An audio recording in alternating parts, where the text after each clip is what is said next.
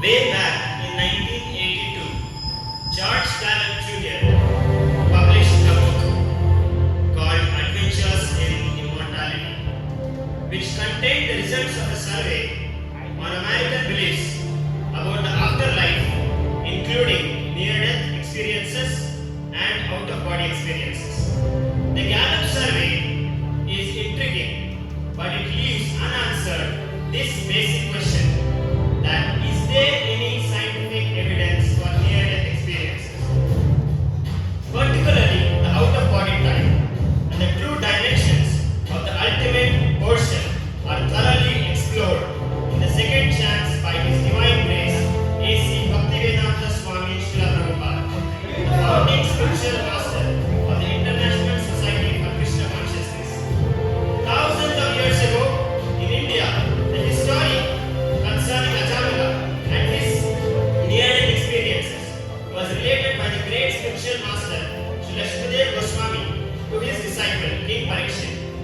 Their conversation is recorded in the 6th canto of the Sanskrit classic text Srimad Bhagavatam, renowned as the ripened fruit of the tree of India's timeless Vedic literature. The life story of Ajamila is not only explains the situations during death, but also teaches us an important lesson on the power of the holy name. We are doing an attempt to show the power of holy name. Introducing before you all, this is a famous story of a Brahmana, or should we call him something else? Yet, let me tell you this is a real story which happened several years ago. We request all of you to watch this story with great attention, as this story is a transformation experience and inspiration for many. But what makes this tale something very different? Let us see and watch the story of the deliverance of Ajamila. In the city known as Kanyakubja, there lived a Brahmana named Ajamila. He married a prostitute maidservant and lost all his Brahminical qualities.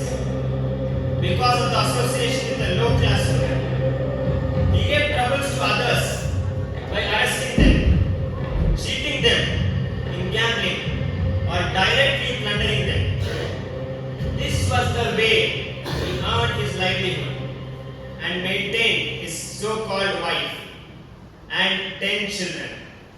88 years of his life had passed by then, while Ajamila spent the rest of his life like this.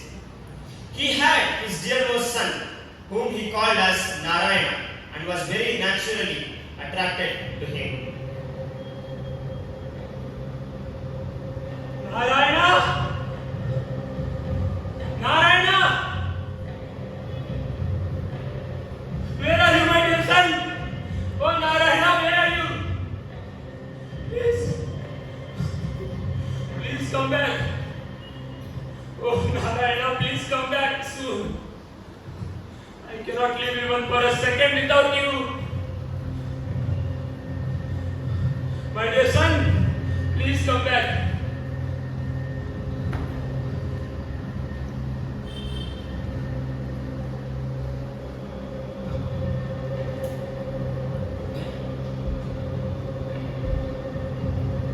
As the sinful Ajamila laid on his deathbed one fine day,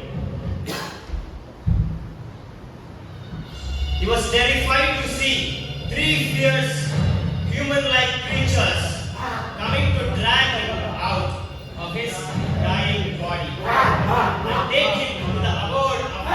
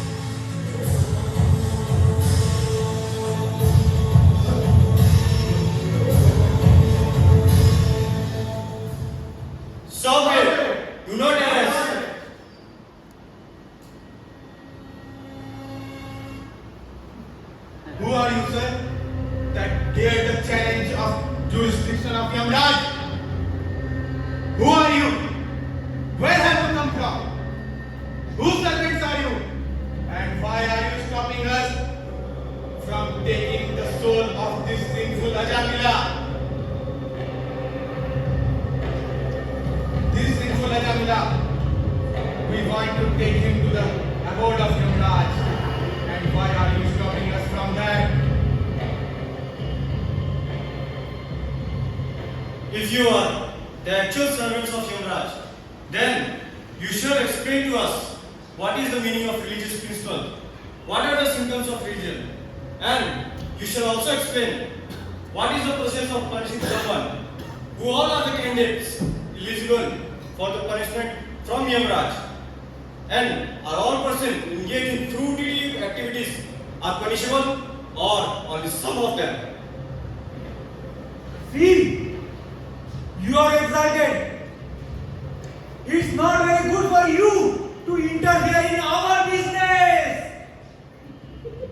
You say that you are servants of Lord Yamadharma Raja.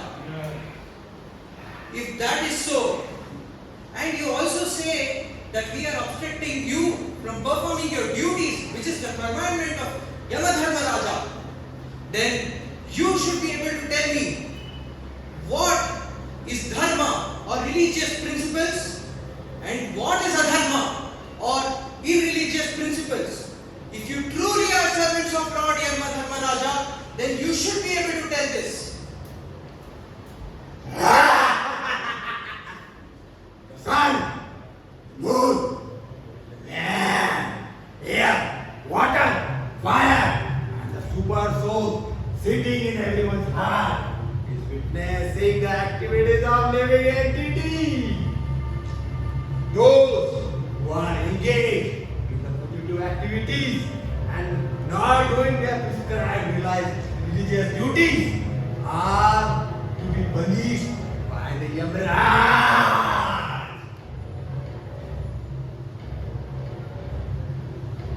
That which is described in the Vedas is dharma, religion, and opposite to that is irreligion.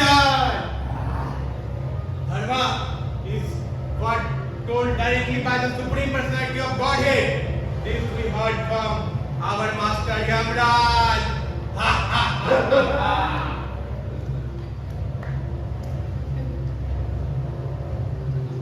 So, sir, let me tell you, Mr. Jamila has performed many sinful activities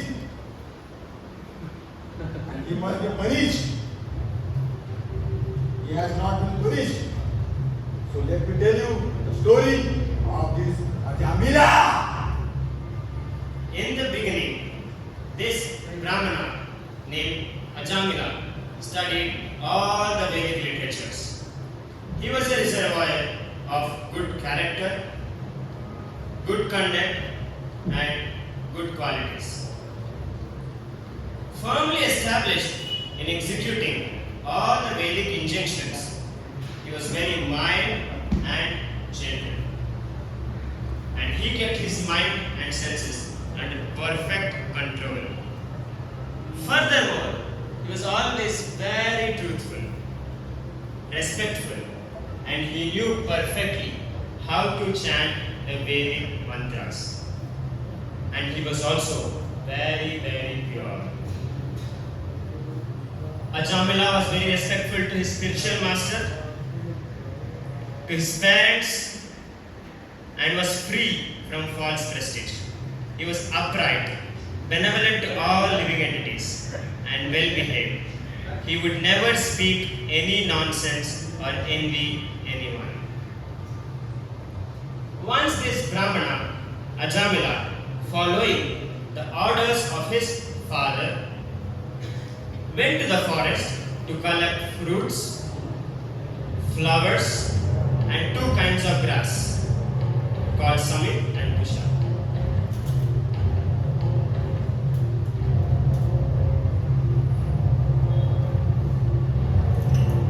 On his way back home, he came upon a Shudra, a very lusty and fourth-class man who shamelessly was embracing and kissing a prostitute. The Shudra was smiling, singing, and enjoying as if this were proper behavior. Both the Shudra and the prostitute were drunk. The prostitute's eyes were rolling in intoxication, and her dress had become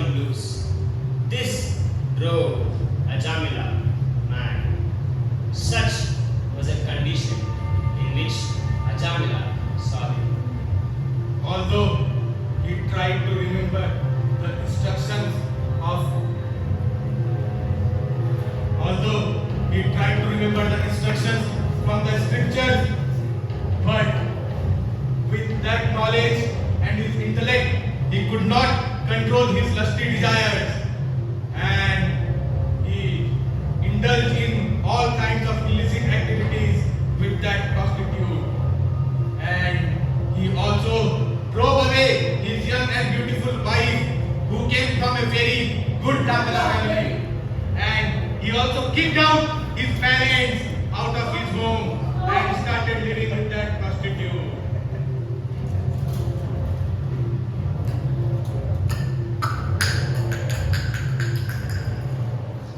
The foolish living entities.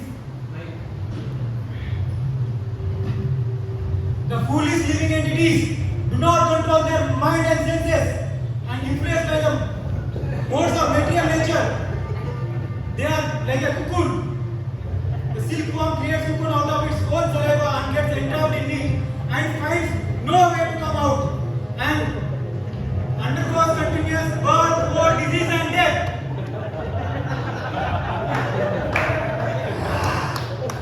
This sinful Jamila started spending all the wealth that he had gathered from his father for the will and satisfying the material desires of that prostitute, and in such way he engaged in sinful activities and broke all regulative principles continuously.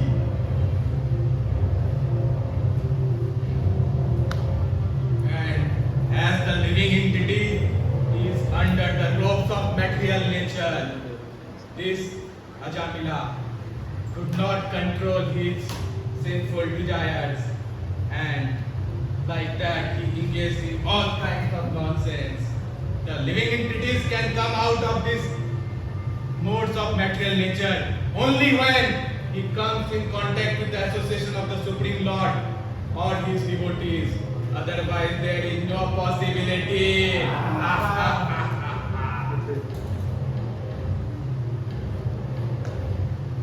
Let me tell you why we are taking this sinful Ajamila to the hell, the dangerous hell, or the punishment. He has committed many sinful activities. Therefore, he must be presented to the Yamlok in front of the Yamraj.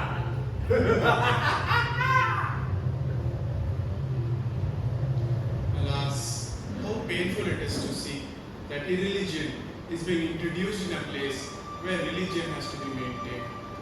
Indeed, those in charge of maintaining religious principles are simply breaking them and are punishing a sinless and unpunishable person like Ajam. What he said? Sinless? Unpunishable? Is Ajamila sinless? What do you say?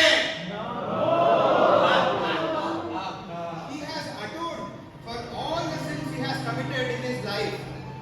In fact, he has atoned for all the sins he has committed in millions of lifetimes.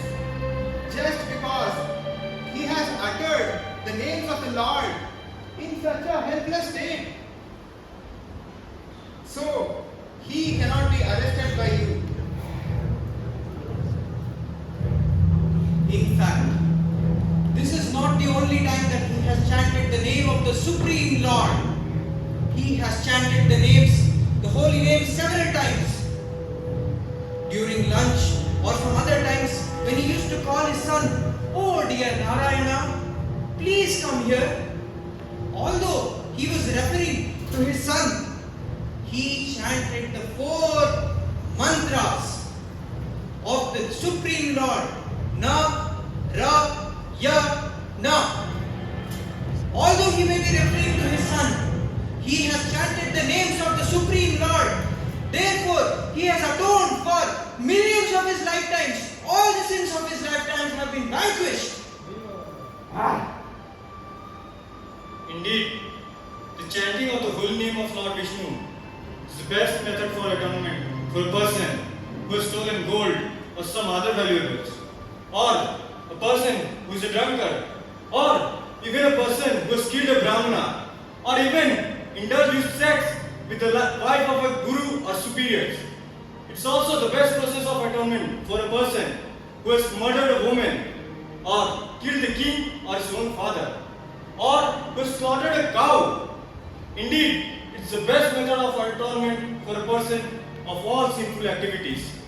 Simply by chanting the names of Lord Vishnu, he attracts the attention of Lord Vishnu, which therefore considers that because this person has chanted my holy name, it is my prime duty to give him protection.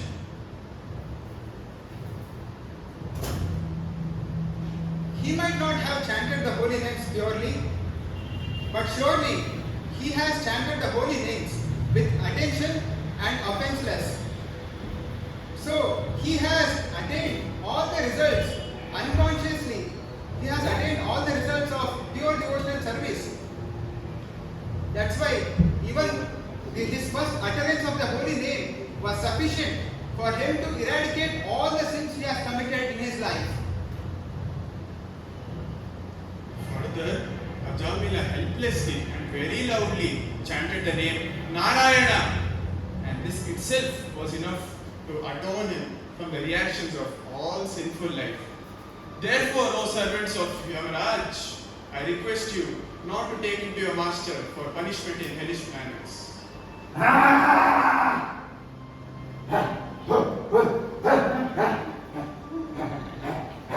One who chants the holy names, one who chants the holy names of the Lord, immediately burns away all the reactions of his past sins.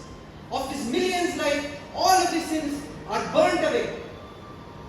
He may have chanted it in any state of mind, for the sake of fun, or the sake of music or entertainment, or unwillingly, or even referring to someone else.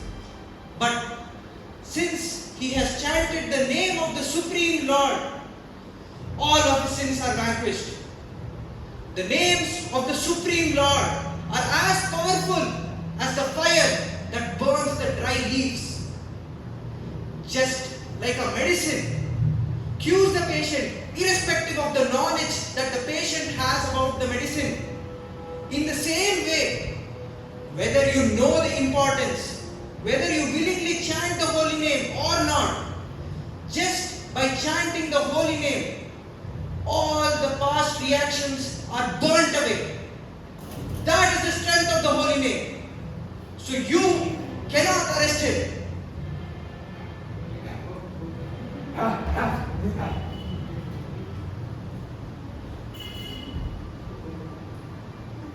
Defeated by the Vishnudutas, the Yamadutas had to give up Ajamila and run towards their master as though they were thoroughly bewildered.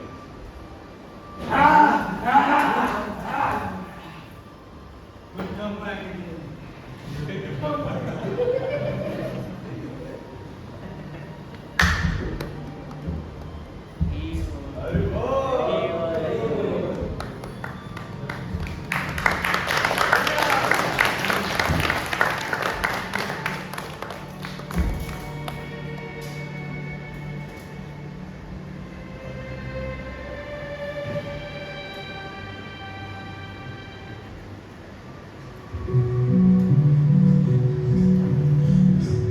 Alas,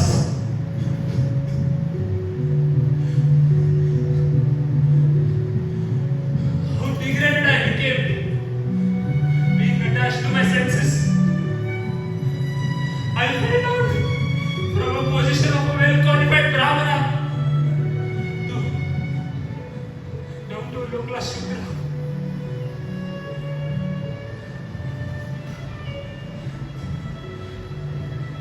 And moreover,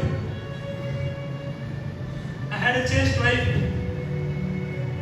who was very chaste, young, well-cultured, beautiful, and I gave her, I kicked her only so that I can enjoy with a low-class prostitute.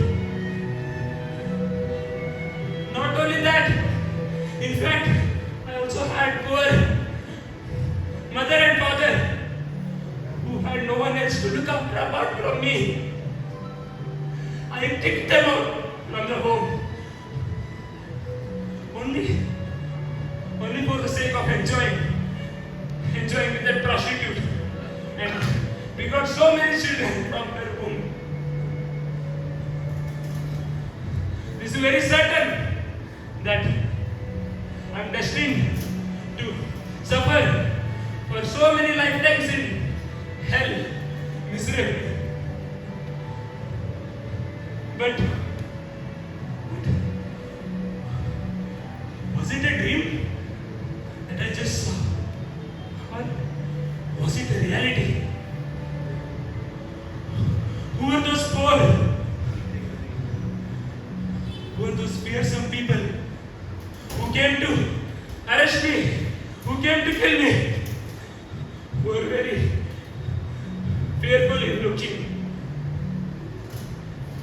And who were those poor, young, very beautiful, charming men whose beauty was excellent, who saved me from the clutches of those fearful people? I don't really deserve to get the darshan.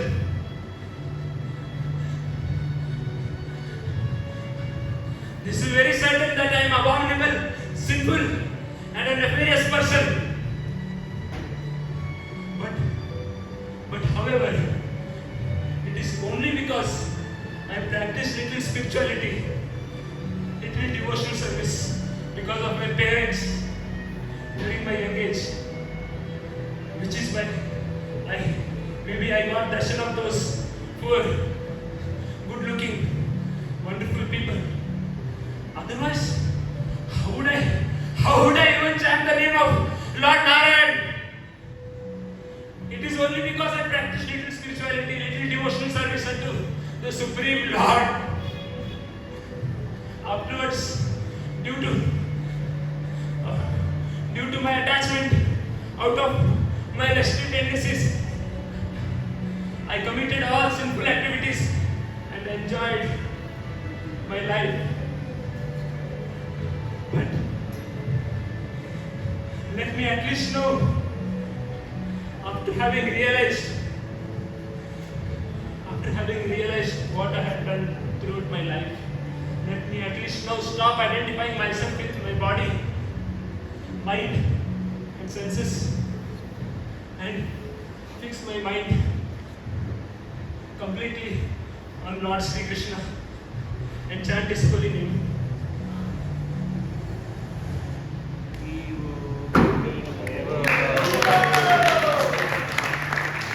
Because of a moment's association with devotees, the Vishnudutas, Ajamila detached himself from the material conception of life with determination. Thus, freed from all material attraction, he immediately started for Haridwar. And yes, all of us must be eager to know what exactly happened to the Yamadutas. Now let us go to Samyamanipuri, the abode of Yamaraj.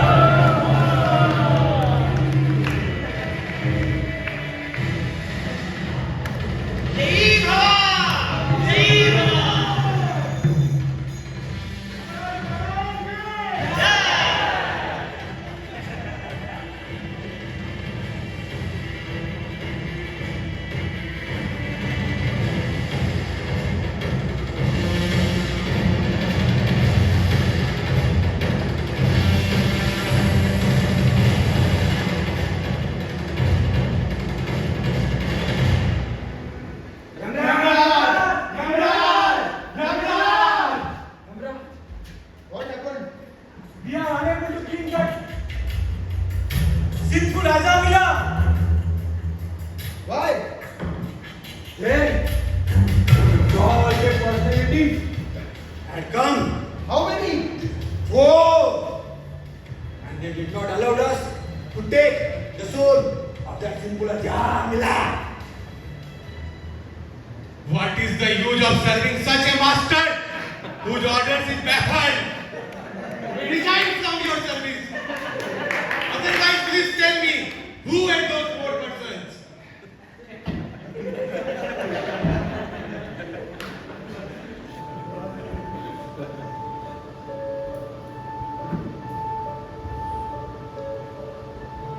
My dear servants, listen very carefully. You have accepted me as supreme, but factually, I am not. Above me and above all the demigods is the supreme personality of God, whose partial manifestations, Brahma, Vishnu, and Shiva, take the charge of creation, maintenance, and relation. He controls everyone, just like a bull is controlled by ropes and experts. That supreme person called is the master of everyone and anything, everything, including the illusionary energy. His name, his form, and features are very wonderful, and similar are the name, form, and features of his servants, the Vishnu Dutas. These Vishnu Dutas are very rarely seen. They travel all around the world, being independent, and they protect their devotees from natural calamities, from envious people, from enemies, and even from my jurisdiction. Therefore, oh my servants, my sons, never approach such people who chant the holy names of Lord. They taste the nectar of the honey of the Lord's lotus feet. Even if they commit mistakes, they are quickly rectified by chanting of the holy names of God. You see, my dear servants, how glorious is the chanting of the holy names. That great sinful Ajami, who chanted just for calling the sun, became immediately rectified and purified. Even though he did not intend to call Narayana, he nevertheless remembered the name, the Narayana. Just see how glorious is the chanting of the holy name. The real religious principles, thus, are given by the 12 Mahajanas. They give the real religious principles, which is the devotional service to Lord Sri Hari, which starts from the chanting of the holy names of God. Therefore, never go near to those people who chant the holy names, who use their tongue to chant the holy names, who bow their head down to the Lord's lotus feet, who remember the lotus feet of Lord within their hearts. Just bring those people who are averse to the honey of the lotus feet of Lord, those who do not use their tongue to chant the holy name of Lord, those who do not bow their head even once to the Lord, and those who do not remember the Lord's lotus feet in their heart. Thus just bring all these fools and rascals to me, or attached to sense gratification. Oh Lord Vishnu, oh my Master, oh Supreme Enjoyer, please pardon me, please pardon my servants who mistook your dear Vaishnava Ajamil and Ajamil, who is a pure Vaishnava, they mistook and they tried to arrest him. Please forgive us. Please forgive us. You are supremely wonderful. You have wonderful, merciful qualities. O Supreme Narayana, O oldest one, please forgive us. Please forgive us. I beg pardon unto you. I offer my obeisance to you.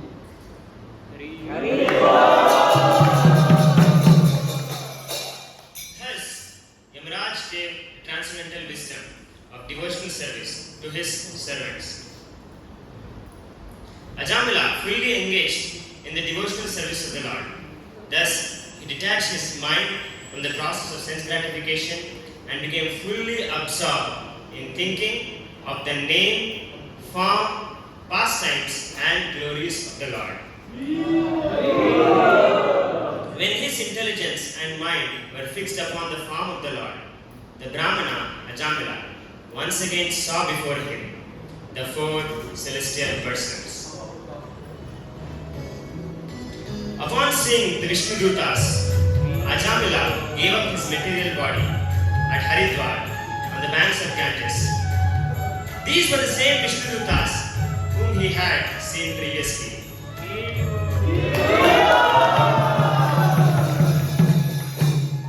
Ajamila regained his spiritual body, which was the body appropriate for an associate of the Lord. And he, accompanied by the honor carriers of Lord Vishnu, Ajamila boarded an aeroplane made of gold, passing through the airways. It directly went to the supreme abode of the Lord, Vishnu, the husband of goddess of fortune, and eternally engaged himself in his transcendental, loving, devotional service.